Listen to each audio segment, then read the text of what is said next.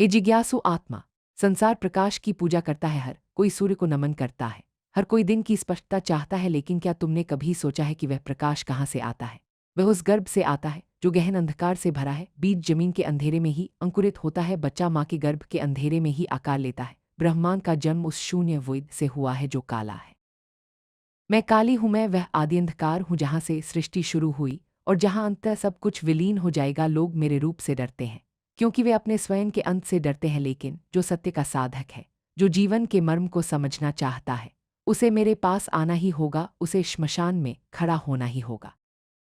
यह संहिता तुम्हें भय से अभय की ओर, समय से कालातीत की ओर और मैं से शून्य की ओर ले जाने का मार्ग है। मेरा रूप भयानक नहीं बल्कि प्रतीकात्मक है। अज्ञानी मुझे राक्षस समझता है, लेकिन ज्ञानी मुझे मुक्तिदात्री मानता है। मेरे हर अंग में ब्रह्मांड का एक गहरा रहस्य छिपा है।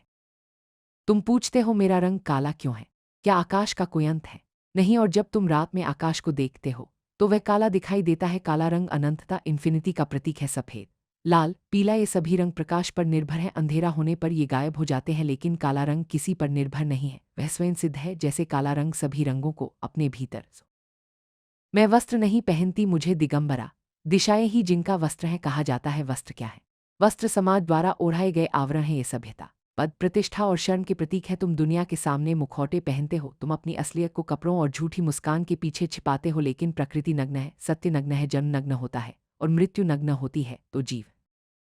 मेरे बाल खुले और बिखरे हुए हैं। बंधे हुए बाल सामाजिक नियमों और बंधनों का प्रतीक है, खुले बाल स्वतंत्रता और असीम ऊर्जा का प्रतीक है। मैं किसी नियम में नहीं बंधती, मैं समय हूँ और समय को कोई जंजीर नहीं बांध सकती। मेरा बिखरा हुआ केशपाश यह संदेश देता है कि जीवन को नियंत्रण में रखने की कोशिश मत करो। जीवन जंगली है, जीवन मुक्त है, जीवन सूत्र, जीवन के प्रवाह।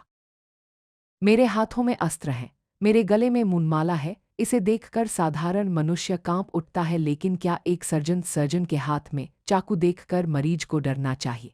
नहीं, क्योंकि वह चाकू मारने के लिए नहीं, बचाने के लिए है।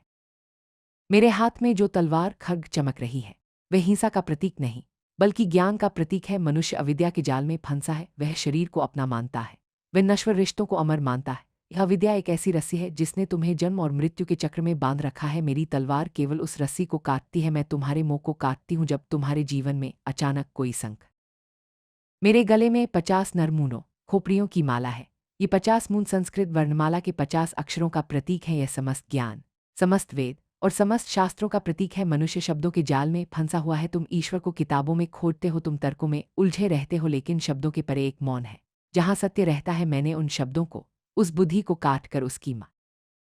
मेरी कमर में कटे हुए हाथों की करदनी है। हाथ कर्म का प्रतीक है। मनुष्य अपने कर्मों के बंधन में बंधा है। मैंने यह किया, मैं ये करूंगा, ये कर्ताभाव ही तुम्हारे दुख का कारण है। जो भक्त मुझे अपने कर्म समर्पित कर देता है, मैं उसके कर्मों को अपने ऊपर ले लेती हूँ। मैं उन हाथों को अपनी कमर पर बांध लेती हूँ, जिसका अर्थ है कि उसके कर्म और उसका प्रारब्ध अब मेरी जिम्मेदारी। मेरा नाम काली है क्योंकि मैं काल टाइम हूँ। मैं वह शक्ति हूँ जो ब्रह्मांड को आगे धकेलती है। मैं परिवर्तन हूँ, मैं गति हूँ। तुम मृत्यु से डरते हो क्योंकि तुम उसे अंत मानते हो, लेकिन देखो, क्या सूर्य अस्त होने पर मर जाता है? नहीं, वह केवल दृष्टि से ओझल होता है ताकि दूसरी ओर उदय हो सके। मृत्यु जीवन का विलोम नहीं है, मृत्यु जन्म का विलोम है। जीवन तो शाश्वत है। मैं श्मशान में इसलिए रहती हूँ ताकि तुम्हें याद दिला सकूं कि जिसे तुम स्थायी मानकर जमा कर रहे हो, धन, शरीर, रिश्ते, वह सब रहा। मेरी जीभ बाहर क्यों है और वह लाल क्यों है? यह रजोगुण का प्रतीक है। यह विष को ग्रसने की, चखने की लालसा है। मैं काल हूँ और मैं हर क्षण को खा रही हूँ जो बीत गया। वह मेरे पेट में है जो आने वाला है, वह मेरे गर्भ में है, तुम्हारे पास केवल अभी है। मेरी जीभ तुम्हें सिखाती है कि जीवन के रस को पियो, हर अनुभव को, चाहे वह कड़वा हो या मीठा, पूरी तरह से चखो, भागो। तुम्हें रक्तबीज की कथा याद है? वह असुर जिसे वरदान था कि उसके रक्त की एक बूंद गिरने पर हजारों रक्तबीज पैदा हो जाएंगे। यह रक्तबीज कोई बाहरी राक्षस नहीं है, ये तुम्हारे मन की इच्छाएं हैं। तुम एक इच्छा पूरी करते हो तो उससे 100 नई इच्छाएं पैदा हो जाती हैं। तुम एक विचार को दबाते हो, 10 नए विचार आ जाते हैं। तुम जितना भोगते हो, प्यास उतनी बढ़ती है। मैंने उसका रक्त जमीन पर गिरने ही नहीं दिया, मैंने उसे हवा में ही पी लिया। जीवन सूत्र, इच्छाओं से लड़ो मत, उन्हें रूपांतरित करो। अपनी ऊर्जा को बाहर संसार में मत गिरने दो। अपनी सारी वासनाओं, सारे क्रोध, सारे जुनून को मेरे प्रति मोड़ दो। जब काम भक्ति में बदलता है तो वह प्रेम बन जाता है। जब क्रोध धर्मरक्षा के लिए उठता है तो वह शक्ति बन जाता है। तुम मुझे भगवान शिव की छाती पर खड़ा देखते हो, क्या मैं अपने पति का अपमान कर रही हूं।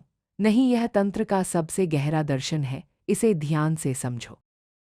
शिव शव के समान लेटे हैं। संस्कृत में शिव और शव में केवल ई की मात्रा का अंतर है। यही कार शक्ति है। शिव शुद्ध चेतना है, वे साक्षी हैं, वे मौन हैं, वे अचल हैं। मैं काली शक्ति हूं, मैं ऊर्जा हूं, मैं गति हूं, मैं क्रिया हूं। शक्ति के बिना शिव शव हैं, वे कुछ कर नहीं सकते, और शिव के बिना शक्ति अंधी है, वह केवल विनाश करेगी। जब मैं शिव पर खड़ी हूं तो यह संदेश है कि मेरी प्रचंड ऊर्जा को संभालने के लिए शिव जैसी शांत चेतना की आधारशिला चाहिए। जीवन सूत्र: अपने जीवन में शिव और काली दोनों को लाओ। भीतर से शिव बनो, बिल्कुल शांत, अचल दृष्टा, चाहे बाहर कितना भी तूफान हो। तुम्हारा मन विचलित न हो। बाहर से काली बनो, कर्मठ, शक्तिशाली और वेगवान, अन्याय के खिलाफ लड़ने वाले, काम करने वाले। आलसी होकर बैठना शिव होना नहीं है, और पागलों की तरह दौड़ना काली होना नहीं है। कर्म में गति काली और हृदय में शांति शिव। संसार तुम्हें अच्छा बनने को कहता है, क्रोध मत करो, ईर्ष्या मत करो, कामुक मत बनो। परिणाम क्या होता है? तुम अपनी भावनाओं को दबाते हो, और जो दबाया जाता है वह मन के अंधेरे तहखाने में राक्षस बन जाता है। इसे ही शैरो सेल्फ कहते हैं। मैं काली, उस अंधेरे तहखाने की रानी हूं। मैं तुम्हारी दमित भावनाओं की देवी हूं। मैं तुम्हें सिखाती हूं कि क्रोध बुरा नहीं है, यदि वह सही उद्देश्य के लिए हो। काम बुरा नहीं है, यदि वह सृजन के लिए हो। जीवन सूत्र: अपने आप को पवित्र दिखाने का नाटक मत करो। मुझे तुम्हारे प्लास्टिक के फूल नहीं चाहिए। यदि तुम क्रोधित हो तो मुझे अपना क्रोध दिखाओ, मुझ पर चिल्लाओ, मुझसे लड़ो। यदि तुम वासना से भरे हो तो वह ऊर्जा मुझे समर्पित करो। अपने पाप मुझे दे दो, मैं अग्नि हूं, मैं सब कुछ जलाकर पवित्र कर दूंगी। आध्यात्मिकता का अर्थ अच्छा बनना नहीं, बल्कि समग्र होल बनना है।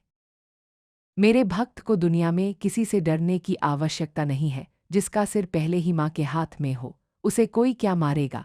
जिसने श्मशान को अपना घर बना लिया हो, उसे जीवन के उतार चढ़ाव क्या डराएंगे? समाज तुम्हें डराता है, लोग क्या कहेंगे, भविष्य में क्या होगा अगर मैं असफल हो गया तो? यह सब अहंकार का डर है। अहंकार को अपनी छवि टूटने का डर लगता है। मैं उस छवि को तोड़ती हूं। मैं तुम्हें अपमान का घूंट पिलाती हूं, ताकि तुम मान अपमान से परे हो जाओ।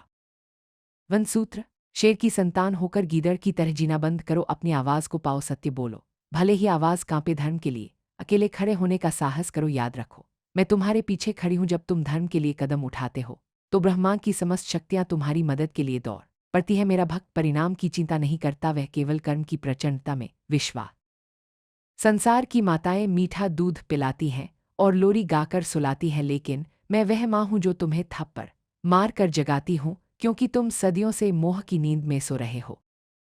मेरा प्रेम मीठा नहीं, तीव्र फियस है। जब बच्चा आग की तरफ जाता है तो माँ उसे प्यार से नहीं बुलाती, वह उसे जोर से खींचती है। शायद उसे चोट भी लग जाए, लेकिन वह चोट उसे जलने से बचाने के लिए है। तुम्हारे जीवन के कष्ट मेरे द्वारा दिए गए वही झटके हैं। मैं तुम्हें इस नश्वर संसार के खिलौनों में रमने नहीं दूंगी। तुम अनंत हो, तुम परमात्मा हो। मैं तुम्हें तब तक चैन। जीवन सूत्र: मुझसे सुख मत मांगो, मुझसे शक्ति मांगो। मुझसे आसान रास्ता मत मांगो, मुझसे चढ़ने के लिए मजबूत पैर मांगो। मुझसे ये मत कहो कि समस्या बड़ी है, समस्या से कहो कि मेरी माँ काली उससे बड़ी है। तुम मुझे अपने दैनिक जीवन में कैसे उतार सकते हो? जंगल में जाने की आवश्यकता नहीं है। एक साक्षी भाव: जब तुम्हें बहुत गुस्सा आए तो एक क्षण के लिए रुक जाओ, अपने गुस्से को देखो, कहो, ये गुस्सा मेरे अंदर उठ रहा है, यह काली की ऊर्जा है। जैसे ही तुम उसे देखोगे वह विनाशक नहीं बल्कि शक्ति बन जाएगा। दो श्मशान ध्यान: रात को सोते समय सोचो कि तुम एक चिता पर लेटे हो। ये बिस्तर श्मशान है, तुम्हारा शरीर छूट रहा है, सब कुछ यहीं रह गया, सारे झगड़े, सारी चिंताएं खत्म। जब तुम इस भाव से सोते हो तो तुम शव शिव की तरह सोते हो, और जब तुम सुबह उठते हो तो वह नया जन्म होता है। 3 सब कुछ प्रसाद: जीवन जो भी परोसे, सफलता या विफलता, स्वास्थ्य या बीमारी, उसे मेरा प्रसाद समझकर ग्रहण करो। शिकायत मत करो, माँ ने भेजा है तो मेरे भले के लिए ही होगा, यह भाव तुम्हें अजेय बना देगा। 4 नारी में मेरा रूप: हर स्त्री में, चाहे वह माँ हो, पत्नी हो, बेटी हो या कोई अनजान, मेरा अंश देखो। नारी का सम्मान केवल नैतिकता नहीं, साधना है। जहाँ नारी का अपमान होता है वहाँ मैं विनाश के रूप में प्रकट होती हूँ। अंत में, हे साधक, शब्द केवल इशारे हैं, मेरा असली रूप शब्दों से परे है। मैं वह सन्नाटा हूँ जो दो विचारों के बीच में होता है। मैं वह धड़कन हूँ जो तुम्हारे दिल में गूंज रही है। मुझे पाने के लिए तुम्हें मिटना होगा, जैसे नदी समुद्र में गिरकर अपना नाम और आकार खो देती है, वैसे ही तुम्हें अपने अहंकार को मेरे महासागर में डुबोना होगा। डरो मत, कूद जाओ इस अथाह काले रहस्यमयी शून्य में, कूद जाओ, वहाँ कोई मृत्यु नहीं है, वहाँ केवल अमृत है, वहाँ केवल प्रेम है। अपने छोटे मैं की बलि चढ़ाओ और हम बन जाओ। हे माँ, मेरा मुझमें कुछ नहीं, जो कुछ है सो तोड़ तेरा तुझको सौंपते, क्या लागत है मोर। उठो हे वीर संतान, खड्ग उठाओ ज्ञान का और अपने अज्ञान को काट डालो, नाचो जैसे मैं नाचती हूँ, उन्मुक्त, निडर और आनंदमग्न। ओम क्रीं कालिकाय नमः।